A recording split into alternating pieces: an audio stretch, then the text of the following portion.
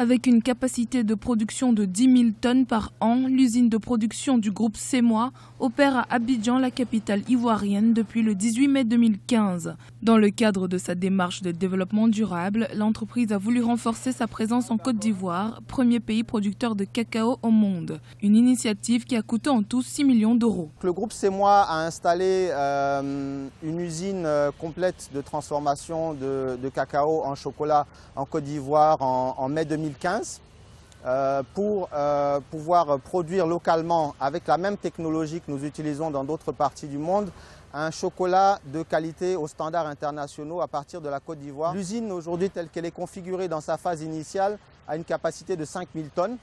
Elle va être étendue dans les mois qui viennent à 10 000 tonnes.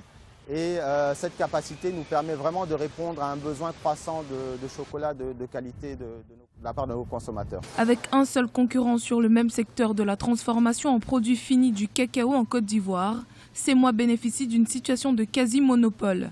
En 2015, la société a réalisé 31% de son chiffre d'affaires dans le pays via sa gamme de chocolat dédiée à la Côte d'Ivoire. En plus de servir de vitrine aux autorités qui souhaitent attirer davantage d'investisseurs en leur montrant que la filière du cacao ivoirien est de plus en plus intégrée et responsable, l'usine d'Abidjan est également génératrice d'emplois. Mes amis,